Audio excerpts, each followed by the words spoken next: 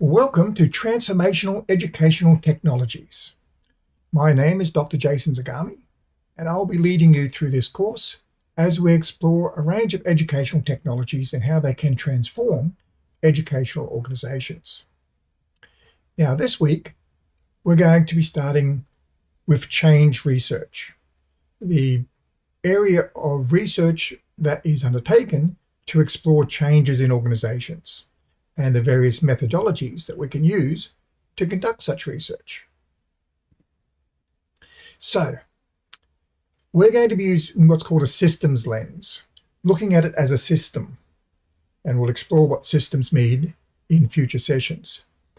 And we're going to be examining a range of particular research methodologies that assist us in this process, particularly around educational technologies.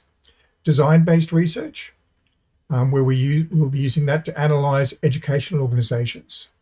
We're going to develop some simulations, and we're going to explore the interactions that occur within an organization in relation to educational technologies. Then you're going to develop some policy frameworks that enable such processes to be enacted within educational organizations. And finally, you're going to develop an implementation plan that will aim to transform an organization around their use of educational technologies. So that's the overall framework of the course. Now, change is an important aspect of life. We all experience change as we develop and grow and mature. But in educational organizations, it's inherently difficult because education by its nature is often very conservative. It wants to replicate societal values and norms and experiences because that's the purpose of education. It's to transfer knowledge and understanding and processes from one generation to another. So there are challenges around enacting change to an inherently conservative organization. But educational technologies have been found to be quite effective as being a catalyst for such change. Now, a catalyst is something that we add to something to help it change. So we often see changes, particularly around pedagogy, ways of teaching, through the use of educational technologies. So the technologies may not necessarily be the most important part. It's the other changes that are implemented by introducing educational technologies. And we're going to look at some ways of studying this. We're going to use design-based research that has a socio-ecological modeling foundation, and we'll exploring that in, again, future weeks. Then we're going to develop some models of these educational environments, and we're going to simulate those and going to create a computer simulation of your organization. Then you're going to develop some vision statements, goals, and policies and procedures that would be put in place to enable the changes to occur. And finally, we're going to use action research around what's called, and policy-oriented research around developing a transformation plan to enable an organization to move from where it is to where it could be, using educational technologies as a catalyst for that change. Okay, so the two main course aims are to develop a research-informed strategies to lead transformational change in educational organizations. And secondly, around policy development experience to support organizational changes. So that's what we aim to have developed the capacity for you to do at the end of this course. And a number of learning outcomes associated with those. So firstly, you're going to learn how to apply a design-based research approach using socio-ecological modeling to analyze an educational organization. Then we're going to use a systems engineering research to develop a dynamic simulation model that will allow you to analyze your educational organization in more detail. You're then going to use action research to develop policies that support the implementation of educational technologies, and then apply policy-oriented research to develop an organizational transformation strategy. And finally, you're going to demonstrate an understanding of a range of research-informed educational transformation approaches. So That's in more specifics is what you're to learn throughout this course. Now, many of these terms and concepts are going to be a bit strange for you at the moment, but they'll certainly become much clearer as we go through the various sessions. And if you knew it all already, then you wouldn't need to do the course. Okay, so the course is structured around 4 units, each of 3 weeks in duration. In the first unit, we focus on design-based research, where you're going to apply a design-based research approach using socio-ecological modeling and demonstrate an understanding of a range of research-informed transformation approaches. Okay, now in this particular session, this week, you're going to develop an understanding of action research, design-based research, which is different, in relation to educational technologies research. I think there's a couple more in there as well. And through that, you'll better understand systemic design in researching educational technologies, the ways we go about doing research around these various concepts. Oops. Okay. So in terms of assessment for the course, 2 assessment items, but they're broken into sub-tasks. There's going to be a log of learning activities and a portfolio of learning. Log of learning activities is worth 20%, and the portfolio of learning is worth 80%, but it's broken into 4 20% tasks. So your log of learning activities. Now, these are what are called completion activities. You just have to do them and you'll receive some marks. So nice, easy marks if you do the activities on time. You have to do them, though, by the set time frame. So there'll be an online quiz each week, just a very short quiz on the content of the material that you've been learning about. And you can do that quiz as many times as you want. It will count the highest grade of all the attempts that you've made. And that you can keep doing throughout the course. Although it makes sense, though, to do it as we go. If you leave them all to the end, you've got to remember back 12 weeks to be able to think about what you learned in that first week. So do them as you go, and they're relatively trivial to complete. Leave them till the end, it gets much more onerous. And then you've got what we call contributions to online discussion. Now, we're using the Teams-based environment, and in that there is a forum for discussion. And if you make contributions to that, then you receive marks. Now, I need to be able to collect those contributions, or you need to be able to collect them and submit them, and that is done through Learning at Griffith. So while you make the contributions to Teams to ferment our discussion and all the rest, you then copy and paste those into a submission point in Learning at Griffith, and that has to be done for each module. So you have to have done the ones for the first 3 weeks by, I think, week 4, and then the ones for the weeks 3 to 6 by week 7. You can't leave those till the end. You have to make your discussion contributions as we go. Otherwise, we don't have all the discussion in the last week of the course. It just doesn't make sense doing it that way. So that, again, will contribute towards your marks and nice, easy contributions. Now, they do have to be what we call substantive discussions. They have to add something new or introduce a new idea or concept or answer a question. And I give you prompts in each of the sessions and the course content material as to what you could contribute to Teams. So I'll give you ideas as we go, just to help you in case you are struggling to think of how you can contribute to the discussion. But you can also reply to other people's points. Now, it can't just be a trivial thing such as I agree. You have to make some sort of substantive contribution. So argue something, or add some ideas, or suggest some resources. And then as long as you make some contribution, you gather those up and you submit those, and there'll be more details on the course website around that. That's pretty much what I've said. Okay, So that was the log of learning activities. Now we have the portfolio of learning.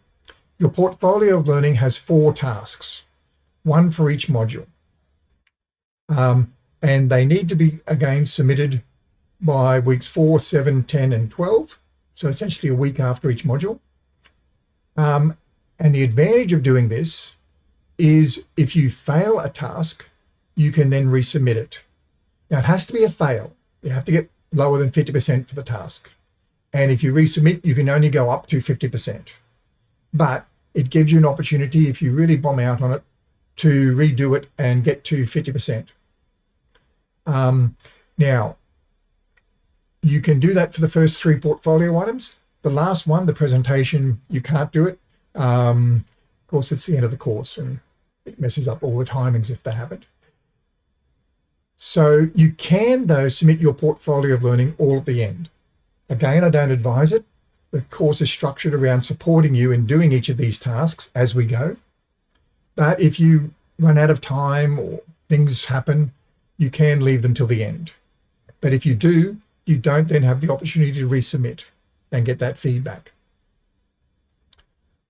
Okay, so it's your portfolio of learning tasks are 4 tasks that we do during the course, and they're very much scaffolded around the activities and learnings that you'll be doing. The first one is you're going to develop a design-based research proposal. Then you're going to develop a system simulation, an organizational policy, and finally, you're going to present your transformation plan. Now, this can either be done live during the tutorial, which is the preferred mode. And in that case, you don't have to submit anything. You just do the presentation. Or you can do it as a submitted video at the end. So that's the 4 elements of the portfolio. And then you've got your quizzes and your discussion contributions, which make up your log of learning activities. And that's the assessment for the course. Okay, so this week we're looking at some various research approaches that relate to transformational educational technologies. Now, the first of these is action research. You may have heard of it before. Action research seeks to make a change. The action is a key word in there. It represents change. So it's a transformational change through a process of taking an action and doing research. And it's linked to critical reflection around those processes. Now, it's often done around a particular problem or issue happening in an organization, and it's very often done with or as practitioners. So teachers often do action research when they do their research masters. Of course, it is something they can relate directly to things that are happening in their teaching. They find a problem and they research it.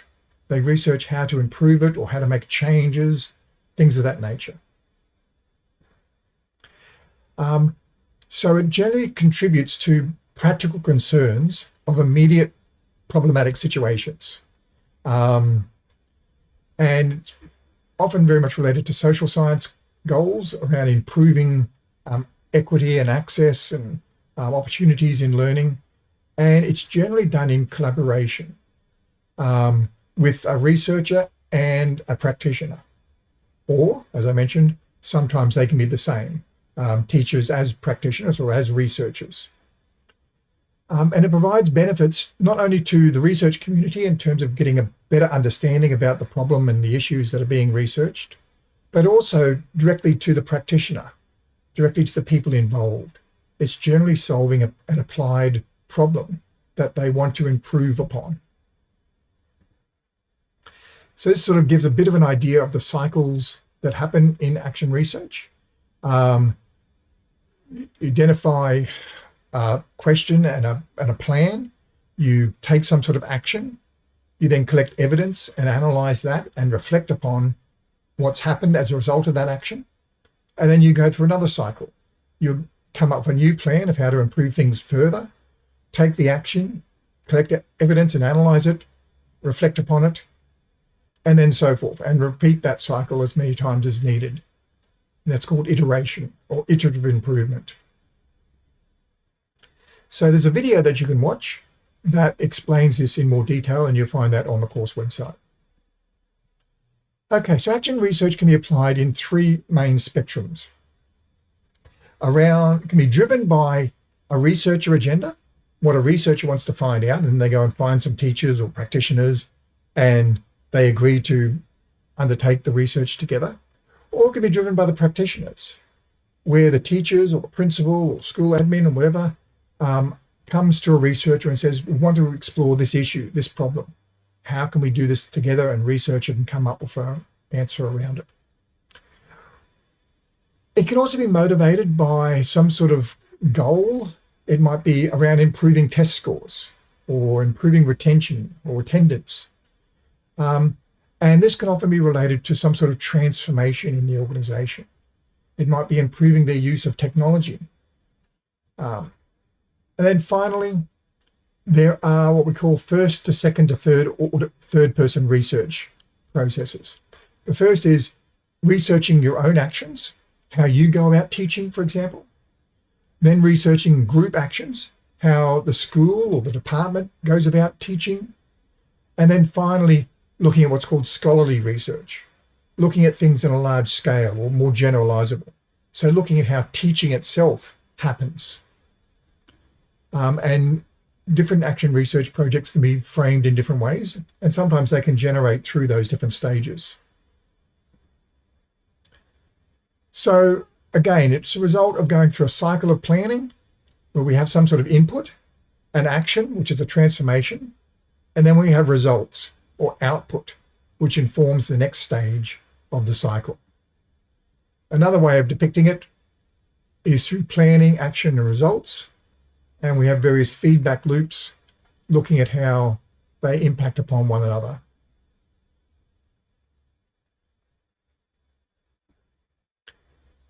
Okay, so another set of stages around action research are diagnosis, action planning, action taking, evaluation, and then specifying learning, or what we've learned from that process, and how we can specifically then feed that understanding back into the next cycle. And another little cyclical diagram showing that process. All essentially the same process. They're all action research, just interpreted in slightly different ways in how they're presented. Okay, so what I'd like you to do is to post to Teams what you feel is the difference between action research and more traditional experimental research. Now, experimental research is generally where we do what's called pre-post test. We take some measurement before we do something, and then we take a measurement afterwards, and we see what effect that doing something has had. So see if you can think through what differences there might be between that in terms of traditional experimental research and what we've just described as action research. There are a few readings for you to do. There's 3 readings for this week. This is the first 2, and you'll find links to those on the course website. And again, having read those, post to Teams what you see as the difference between action research and design research. And we're going to now explore design research. Okay, so design research is again using an iterative approach where we build and evaluate activities to develop an artifact. Now, the artifact is the key thing here. We're actually designing something. Something has to come out of it that's tangible. It may be a lesson. It might be a video. It might be an educational application, a website, a game. But something has to be produced. So we often use design-based research or design research when we're exploring the creation of something. So it may be implementing electronic whiteboards in an organization and then looking at how we've designed them to fit into various locations and the lighting and the where they're spaced and placed and all the rest. So generally, we go through the iterative process of looking at how things are being developed.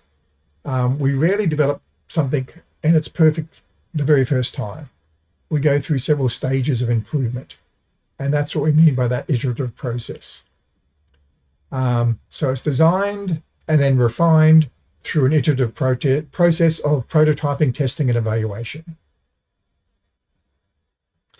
It goes again through some stages, identifying the problem and the motivations of why we're trying to address this particular problem, defining the objectives for the solution. What is going to be an effective solution? What are we trying to get out of this process? We then design and develop some sort of artifact as part of that. We demonstrate it or use it and put it into place. We then evaluate it and then communicate that evaluation. So unlike action research, design research does not generally require theorizing. We're not focused on trying to work out why things are happening. We're simply trying to produce something as best as we can. So it's somewhat of a different focus to action research, which was very much trying to understand a problem and a situation. Design research is very much around creating something and creating it as best as we can. Then we have a thing called practice research. It's a combination of the two, design and action research. Now, again, it's divided into two aspects, the researcher and the practitioner. And the researcher is looking at what's called situational inquiry. They're looking at a particular situation and what's happening. So how the practitioner is doing something, how they're teaching something, how they're creating an object or an artifact, what they're doing. The practitioner is much more focused around the creating the artifact or solving the problem or doing something. And again, it's focused on creating an artifact. So that's where it differs from action research, but it's not as focused as design research. So it's still looking at how and why things are happening. Now, there are debates over its applicability because it's very specific to one circumstance. It's very hard to generalize such research and say, okay, this is what we found out about how Sue Smith developed a lesson on teaching ancient Egypt and created this model of a pyramid and all the things that happened around that, because it's very much related to that one specific instance. So it's not very generalizable to a lesson, say, in art or in geography. But there may be things that we learn from it. And that's what makes it valid research. Okay. Then we have one called design-based research. Now, this is different to design research. This is DBR. This is design-based research. Now, this comes out of the learning sciences. And it's very much around developing solutions to problems and measuring how well they work. But they're very much educational problems. So this is sort of a subset of the other types of research, focus on educational issues that teachers often face all the time. So it's around improving educational practice. And again, it's iterative. It goes through that cycle. And it's very contextually sensitive. So it's generally for a particular class, for a particular group of students, particular time of year, particular content that's being taught, and how to maximize the educational value of that particular activity. But it does use a set of analytical techniques, and it tries to bridge theory and practice in education, looking at the theoretical elements of why things are happening and relating those to what's done in the classroom. So it's a great opportunity for teachers who don't necessarily interact a lot with educational theory to explore the particular theories as they apply to their practice in a particular circumstance, and looks at how, when, and why educational innovations work in practice. And so we often use these around educational technologies and looking very much around the relationships between theory, the artifacts that are being designed, and the practices being employed by the practitioner or the teacher in this case. Okay, so design-based research focuses on the influences of the context. where it's been contextualized, the particular classroom, the students, the content being taught, it all sets up a particular context. And then it's exploring the emergent and complex outcomes from all of those interactions. We all know that teaching and learning is a very messy space. It's really hard to define it down to a set of specific variables and do really experimental research on it. It's a really messy, complex environment, any classroom or any learning interaction. And so design-based research is an attempt to try to allow that complexity to flourish and to see how things emerge from that. But it assumes an incompleteness of knowledge about all of these elements. Many of our other research processes try to build a theory that explains everything around a particular something in educational practice. Design-based research assumes that we're never going to get to that stage. It's just too messy, too complex, but we can still learn a lot by delving in and trying to understand as best we can what's happening. Okay, so some aspects of design-based research. It's looking at the nature of learning in a particular context. It's studying the phenomenon in real-world situations, and it's going beyond narrow measures of learning and looking at all the interconnected complexity of what's happening. And there's a need to derive things from what's called formative evaluation, not somewhat different to summative and formative as we see in assessment. But formative evaluation is where we're still evaluating things without them coming to a conclusion. We're not waiting till the end and then evaluating. We're evaluating as we go and as things are still in place. And even when the research stops, there'll still be a lot of things happening. And we just assume that. It's not going to be at a set point where the research finishes and then we evaluate.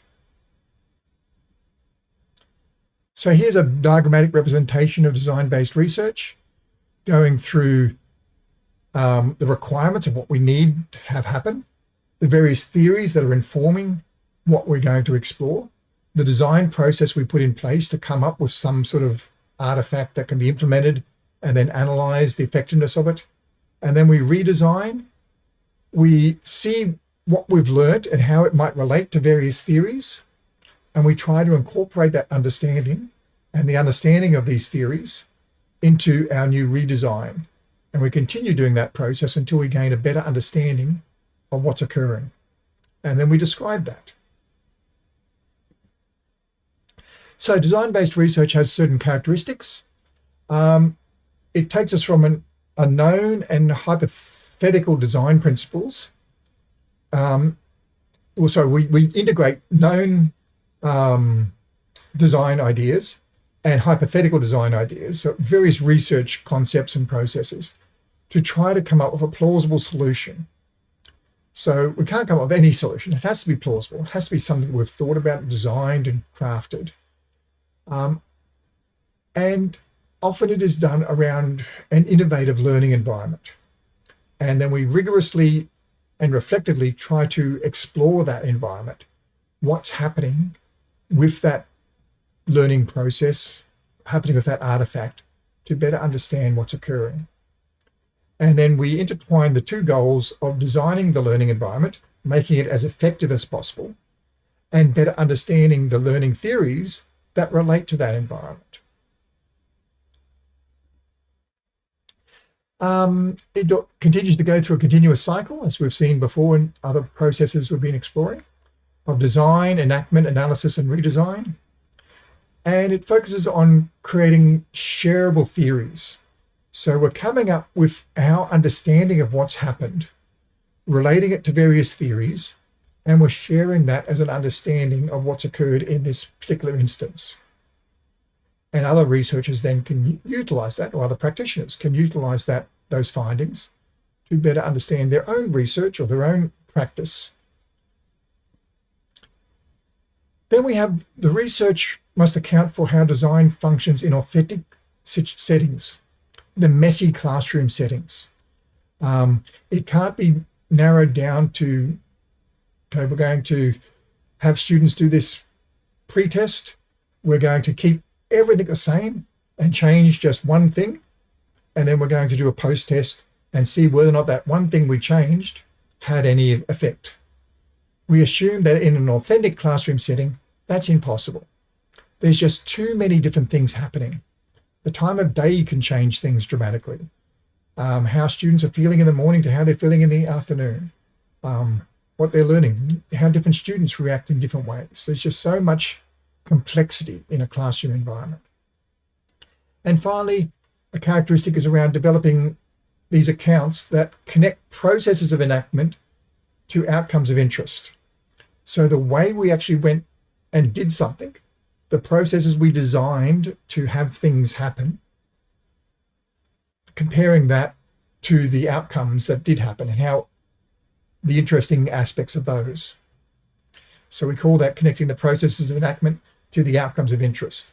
How did what we designed to do affect various things in terms of outcomes, and what was interesting about those? Okay, so again, there's a little video on the course website that explores design-based research that will help you with your understanding of some of these concepts. In comparison, design research versus design-based research. Design research is results-driven. Design-based research is based on prior research, and it's more research-driven. We take our understandings of various theories, and we try to come up with a better understanding of those theories.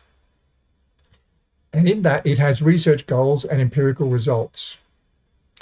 Design research has documentation, but the purpose of that documentation is different to design-based research, which is much more around having a comprehensive and cumulative documentation that helps retrospective analysis. Design research is much more around documenting the processes of what is occurring. It's much more observational. Design-based research is much more reflective. And the outcomes of design research are generally not generalizable, while design-based research is designed to be generalizable. We're trying to get a better understanding of these generalizable theories. Design research doesn't attempt to do that.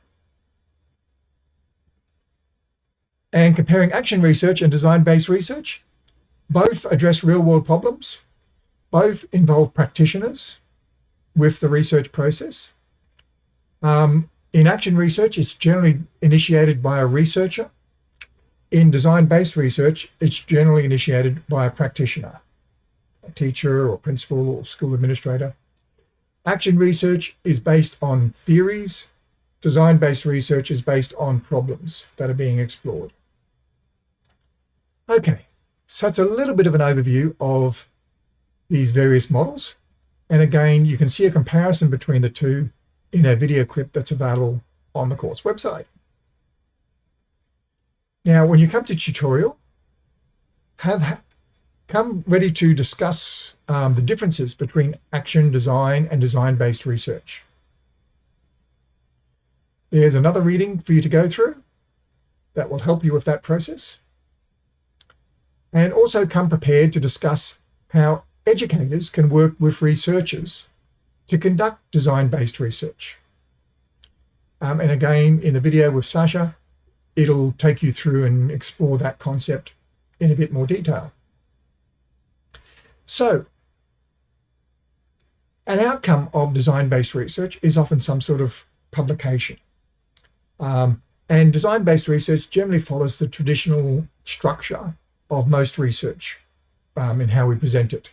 It has a literature review exploring what others have done in the field before, a methodology explaining what you've done in your research, the results, what you found out, a discussion of those results, and it can be, though, elaborated into some more complex structures, just to give you some ideas.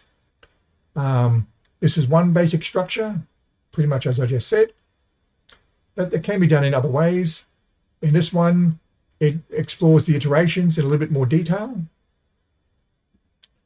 Or in this one, it breaks it into themes and explores various themes, where in each theme, you look at a question, analysis, and discussion around them. So there's many different ways of presenting research, These are just some ideas, because at the end you're going to be exploring your own research proposal. Okay, and there's another video on the course website that briefly goes through and looks at the characteristics of design-based research. Have a look at that and come prepared to discuss the theories that relate to design-based research in relation to educational technologies research, and how they can be generalized to other situations, and what is currently the key weaknesses of design-based research. Okay, so that's the research aspect of this week. Now we need to contextualize these around educational technologies. You're going to be exploring design-based research around an educational technology intervention.